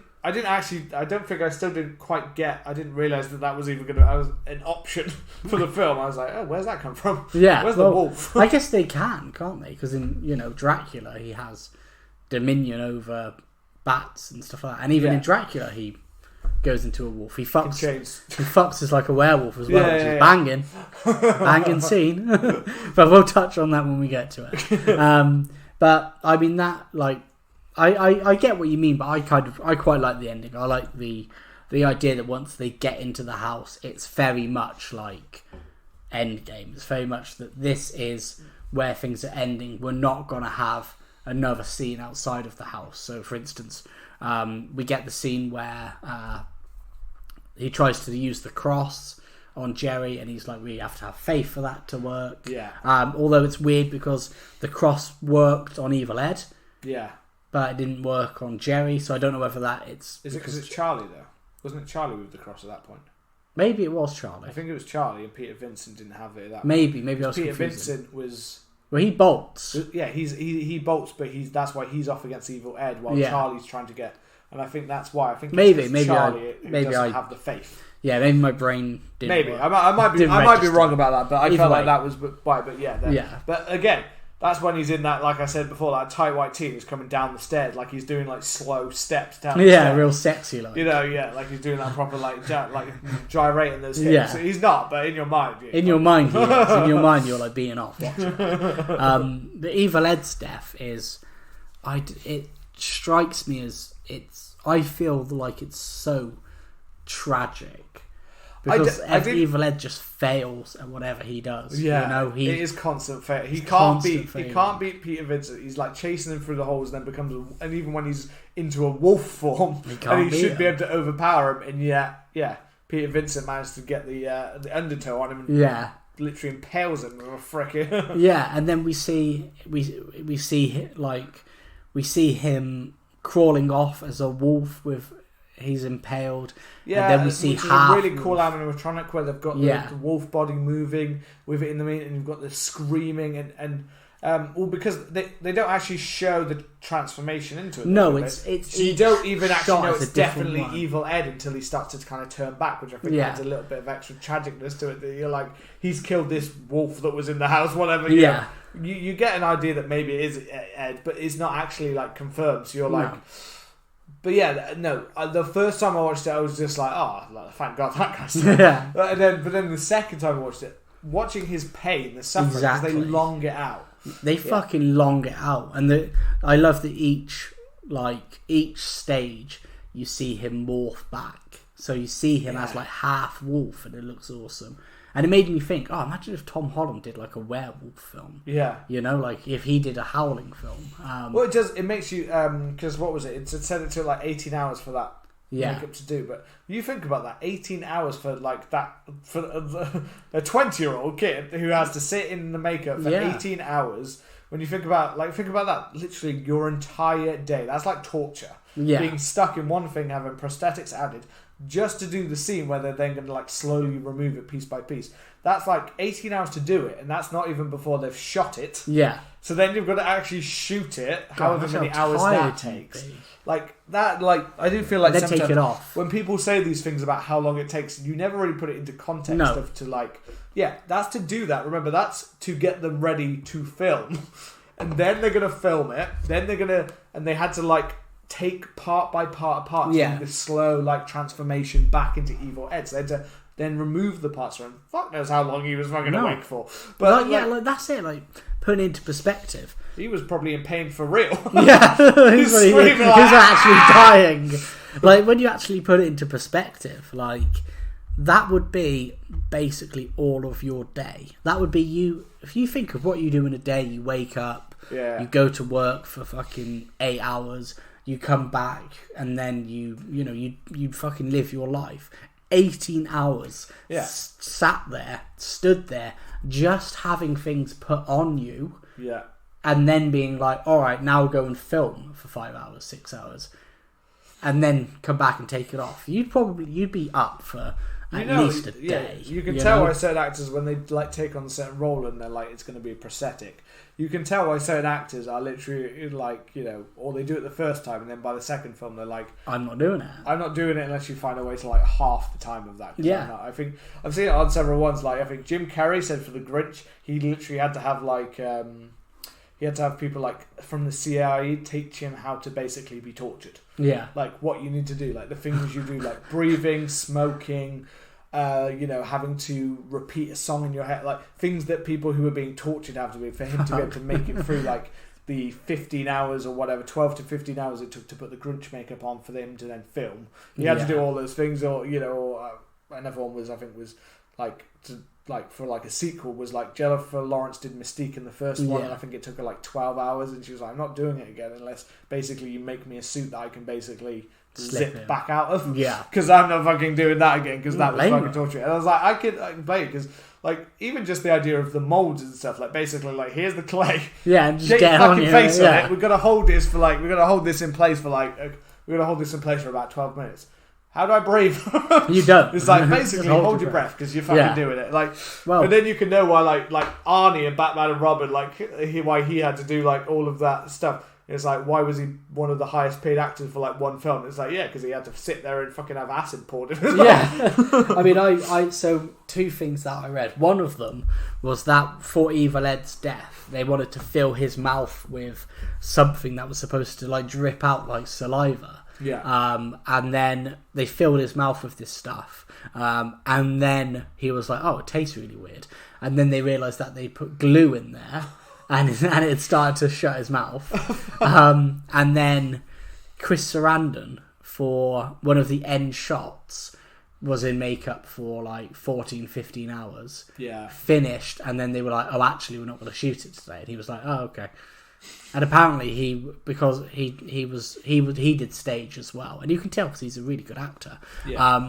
He was doing some of the makeup whilst he was being worked on. He was doing the nails because he was like, I can't just sit here for like 15 hours. But going back to Evil Ed's death, like the prosthetics of the film, I think are incredible. I think they look great. But it's also his death must last for like 2 or 3 minutes. It's really uncomfortable. You are sit there as he's writhing in pain and the transformation, which again, like I think because of the writhing in pain, you almost forget the fact that the amazing transformation that goes on in front of you. Like the fact that they're slowly changing it in these like kind of little cut shots. Yeah. But like spliced all together to make that one effect. But like as each of it goes and you start to see him really in pain, but when you see him like when he actually then finally becomes like Ed again, and like he's just this little shrimp of a boy, you know what I mean? Shrimp boy. And he's just like, he's just screaming and in pain and he's sad, and you suddenly put into perspective in your head that like this was just a kid in high school. Yeah. This was just a teenager. And look at all the stupid shit we did as teenagers. Yeah, and it's just like, this is him literally dying because he was forced to be something else. I also say it becomes even more tragic when you find out later that actually this isn't permanent. Because Amy turns back, doesn't she? Yeah. Amy's changed and she turns back. So Ed would have changed back. Yeah, he probably would have, yeah. When Chris Sarandon... I didn't notice that. Because I wasn't sure whether it was on the same night. I don't know if that is the case. Well, it's... Because they say that she'd have turned back if he is destroyed by sunrise. And I'm not sure whether this is the same night or not. You know, if he's the night before... Well, I thought because they go to the club and then that's when he's like, we have to get her, and then they go to get. It must be the same night. Then. I don't know if it is because obviously it seems like it's quite long when they're like Amy and Dandridge are like doing the long lost soul bang. Yeah. It seems like that could be a different day that he has to go and get Peter Vincent. I might be right. It might be the next day, but. Again, it still seemed like there was a possibility in my head because I didn't quite. I don't think it was quite clear enough to be the rules. That I was like, when Amy changed back, because I thought, another sad element was the idea that actually Amy's now gone. Yeah, like I thought this was going to have a sad. Basically, it was like, well, there's not really much hope at the end of this now. Is Amy's gone? Amy's fucked. She's changed into this wildebeest of a woman. And then. They go into him and Peter Vincent go into this one after another, just getting thrown about, caught. Dandridge outside of the window, like a really cool shot when he appears outside the window behind like Peter Vincent when they're like looking room to room, and he's there just at the window, just like. Yeah, he's just a presence, you know. But yeah, you get all of these shots. So you get him in different forms. You get him obviously just in that same vampire kind of face form that we saw him earlier when he was in the house. But then he does start to turn. And I would imagine the form you were on about before, when he really has to change, is the one when it's like before he change. There's one when obviously he changes into the bat, but before he changes. It's after he changes into the bat is the one. Yeah, it's the very ending one. The way he transforms into the bat is such a cool one. The way they use the shadow. Yeah. So again, like they don't have the effect. Like this is what I think so clever. This is what I really appreciate about the film is the fact that several films at the time probably would have tried to just go for it or show it in a certain way or try to do the prosthetics, and it would have looked maybe okay. But the way that he changes from like you see him start to kind of fly and then turn into the bat in the shadow, I was like, to be fair, for an 80s film, that's such a clever effect. I think it is, and I think it's. Again, it keeps with for me, it's like a marrying of the 80s kind of super practical effects, but also with that still keeping to the almost pulpy 50s roots of it. We don't see his transformation take place. We see the animatronic bat and how fucking gross and slimy it looks, but we don't necessarily need to see the transformation. We just see him shoot off and he's back as this thing. But to be fair, we get to see lots of transformation because he takes so many different forms. Like I love when he turns into the bat, and that's one of the animatronics I really like. If you look at the details on his face, the face looks really like when he was in Vampire Face. Yeah, it looks really like a little Dandy. Yeah. So when he's like screaming on top of Peter Vincent and he's like trying to attack him and bite him and like trying to get into that form, and then obviously. When he's like blasted away because he's like smashed into the wall, and you get that like green like glow effect when he's like blasted across the room, which it was just they kept adding just one extra little layer to like this is what happens when you do this to him, or when you shoot at him, or when you manage to like light him up, and when they light the lights. When he's in more of his like melted form is the one I imagine was the 15 hour one. His whole body is just looks kind of like a melted ice cream. Yeah, well He feels very indestructible, doesn't he? Because he keeps coming back. He keeps changing back and getting close to the sexual man form. The sexual man. Billy's death is great. I always forget that Billy is undead. I always assume that he's like. Oh yeah, because I love the fact that he was. Yeah, at first, well, to be fair, I loved his death when it wasn't actually his death. When he just gets shot in the head. When he got shot in the head, but because he's such a smug character. Yeah. I kind of... There was part of me that just wanted that to be it, because I kind of love the fact that he walks up like, you're not going to... And it's just like Peter Vincent's just like, bang, bitch. Anyway, like, and he goes down the stairs. It's like, yeah, it's great that he rises back again for it, but part of me was a little bit like, I kind of liked the... Because he just seemed like a smug asshole the whole film. I was just like, I kind of like the fact that Peter Vincent, the most...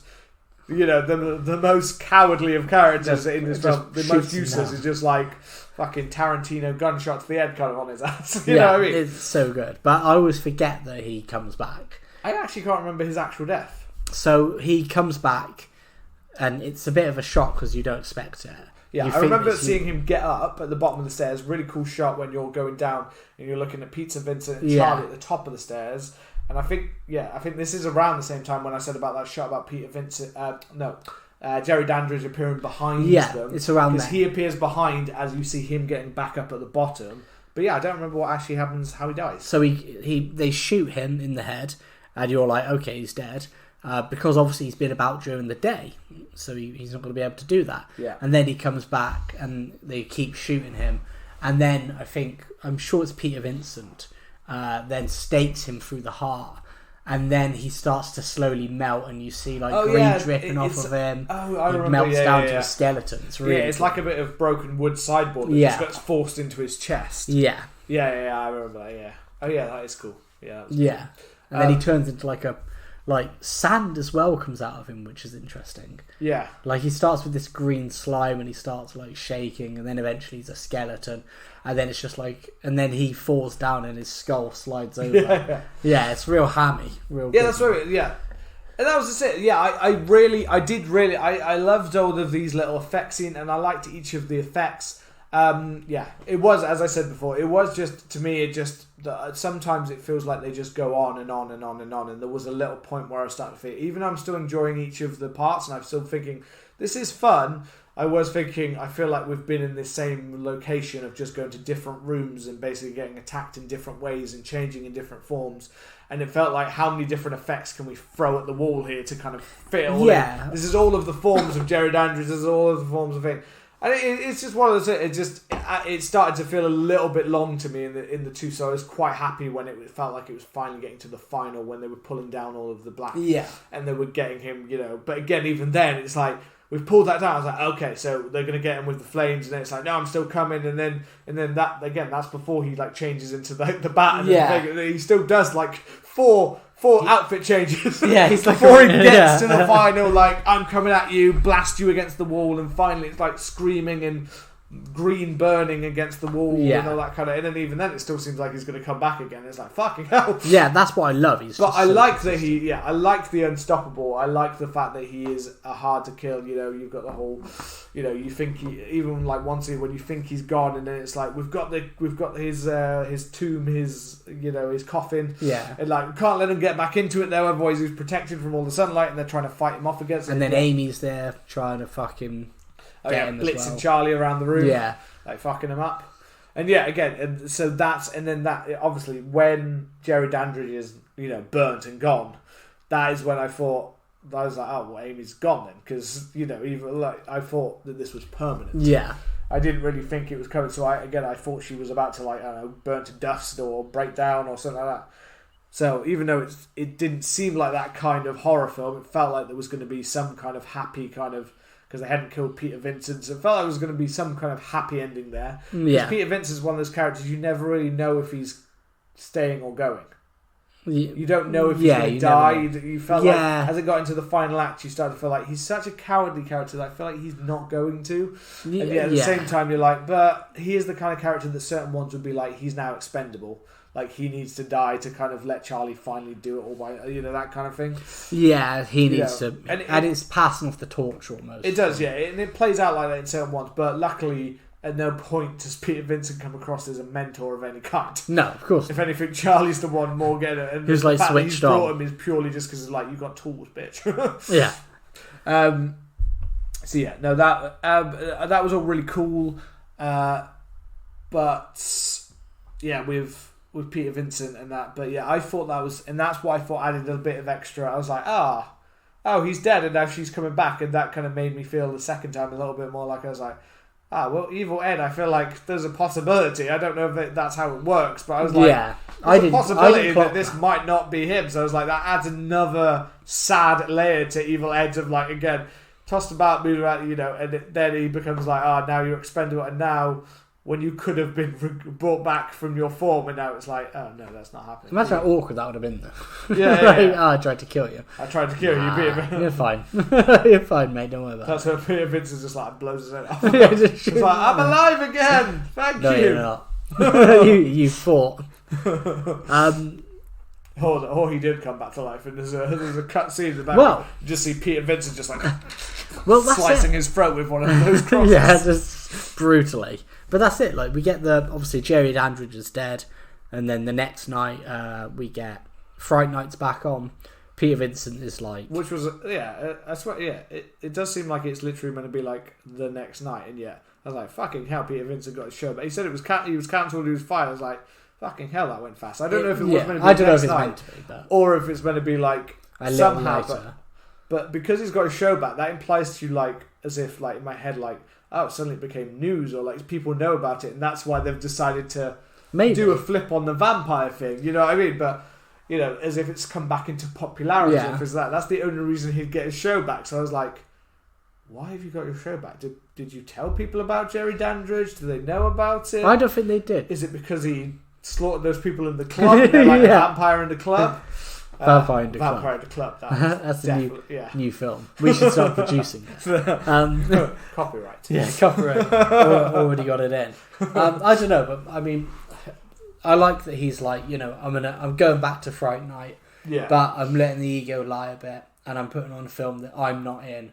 And then it's a classic like 80s line where he's like, I think we'll let the vampires rest for one night. Hey, Charlie, and it's like, oh, that's such an 80s film thing to do. Yeah, the ending, that last scene is all very 80s. The whole like, oh no, is what's happening? Oh wait, is something happening? Well, yeah, because you see the eyes, don't you? Yeah. And then you hear Evil Ed's laugh, and you're like, yeah, the Evil Ed laugh seemed like a bit like it seemed thrown in. Yeah, it just seemed like they just wanted to have a little effect at the end, so like Evil Ed's laughter as if it's still alive. Evil Ed is still alive. Somehow he's just like still alive. But yeah, that bit did feel a bit thrown at the end with him and Amy now getting to bang. Yeah, then they just fuck. That's the implication. Yeah. And so interestingly enough, that this actually, like we spoke a little bit about the sequel, and it did get Charlie Goes to College, and then a group of vampires are seeking them out, and the main character is Jerry Dandridge's sister. Oh, okay. And Peter Vincent comes back. I haven't seen it, but it's one of those films where I really want to watch it. I don't expect particular massive things from it. I mean, Tom Holland and Chris Sarandon were doing Child's Play, so they didn't come back. Yeah. However, Tommy Lee Wallace did, who did Halloween 3 Season of the Witch, as well as doing It. So he's the one that directed it. He's the one that directed it, and I think he's a decent. I did director. almost. I had to go to bed because I was at work yesterday, but I did have to go to bed. But there was a part of me that I very nearly watched the sequel because it was right there next to it. Really, I could watch you now. I might have to watch it. And funnily enough, Evil Ed ended up getting the main part in a film called 976 Evil, which was directed by Robert Englund. Okay. I haven't seen that one, but I have seen the sequel, which is alright. I can't really remember what it's about.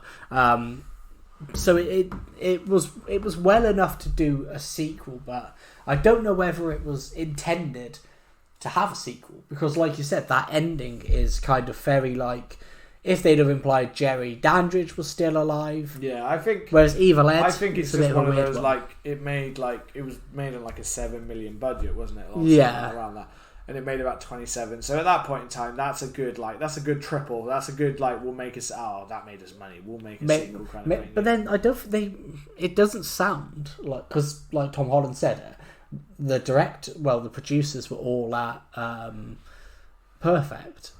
John Travolta and Jamie Lee Curtis. and they didn't have much faith in this film. So they didn't have much faith at the time, but I think that's kind of part of it, is that they didn't have faith at the time, so they just kind of left them to it, because they're like, oh, you're making this for barely any budget, we don't really care. Yeah. And then it turned out to be a little bit of I guess a minor hit, not like a big hit, but for that time and for horror films, that was a hit. It was the second biggest horror movie of 1985. Yeah, so that's what I mean. Within the horror genre, that's pretty good. And the biggest one was Freddy's Revenge. Freddy's Revenge, yeah. Which, when you think Nightmare on Elm Street was a massive hit. Yeah. So it makes you feel like 1985. So that was, but that's what I mean. It did well for what it was like of the horror genre at the time. So it probably exceeded their expectations. And obviously, at that point in time, if you've got a horror film this thing, you're making a sequel. So pretty much. You're just going for that as a sequel, and it's got enough of a cult kind of. And we're seen as enough of a classic to get a remake, and again, they don't really make. I know they do make of certain ones, but they don't make like a theatrical kind of like full one if it didn't have some kind of cultural impact, like Fright Night kind of did, as it did, and we'll revisit the we'll get around to it at some point, but one day. Well, before we get into the main question of whether it's must-see horror, we will pop over to the social media lounge. So as always, we put the film that we're talking about on our Instagram and our Twitter, and it's at CMTH Podcast. And today we had a couple of replies. So classic sci-fi horror guy said, cracking film, wonderful combo of old school gothic and 80s practical effects with a great cast, pretty essential viewing in my book. And then Moments in Time and Space podcast, go and check them out, said, this is a film I enjoy watching and like to revisit from time to time. Chris Sarandon is fun to watch, and I will never pass up a chance to enjoy some Roddy McDowall. And I mean, we're getting into it, to the nitty gritty. Is it must-see horror? Is it a must-see horror? It is one of those interesting ones where, again, like, I always feel like I got to put in perspective, and it is a hard question because when I'm saying must-see horror, but to me, I'm also thinking as in must-see like 100. That's what I'm horror. doing. If you don't put it in that perspective, then half of the ones we do, I'd be like, yeah, why not? But when I'm thinking, like, does it make the cut of like the 100 greatest horror films, that I would say yes, I will put that in that list. Yeah. And yeah, to be honest, when I watched it the first time, I wasn't so sure. Yeah. I enjoyed it, but and I enjoyed it more, but that was more of I enjoyed it more than another one. Not necessarily I enjoyed it fully in itself, but the more I delved into it in the second time around, and again, to be fair, I don't always delve the second time around. When we're watching these films, I watch it once and be like, I ain't got time to watch it again. But I did make the time because I was like, there was enough inklings there, and there were parts when I don't think I paid enough attention. So I was like, I want to watch it again.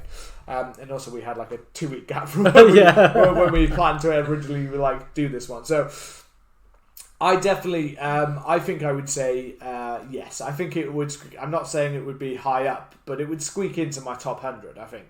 I think because it is just such a fun ride, and I do think that Chris Sarandon's Jerry Dandridge actually, I think, is one of the better vampires I've seen in film. I think it's so well played. As I said, there are certain things I don't like. There is a certain annoyingness about evil, but then there's also a certain emotion, a depth to him in some ways, and I'm not a huge. I feel Charlie's a bit one note and a little bit comes off badly at the beginning, gets better, but comes off badly at the start, and he's a little bit one note as a kind of basic straight man, your basic, kind of that you expect within an 80s film. And the Amy character's here or there, she's a bit of a blank slate, to be honest. She's a bit bland at times. So there's not much, but the Peter Vincent character kind of brings it up. So there's hits and misses, but I think overall I would say as an 80s vampire film, if you want like a fun 80s vampire, this is probably one of the most fun I've seen. And that's, I think, good enough to be like, yes, because it's both got the terror, the gore, the blood, the special effects, while also being fun. It's not just only about the style and the fun of it. It has actually got some horror, terror, like scary impact. And Jerry Dandridge, I think, is a pretty scary creation for someone who, when I went into it, Chris Sarandon, I wasn't expecting a lot from him. Yeah.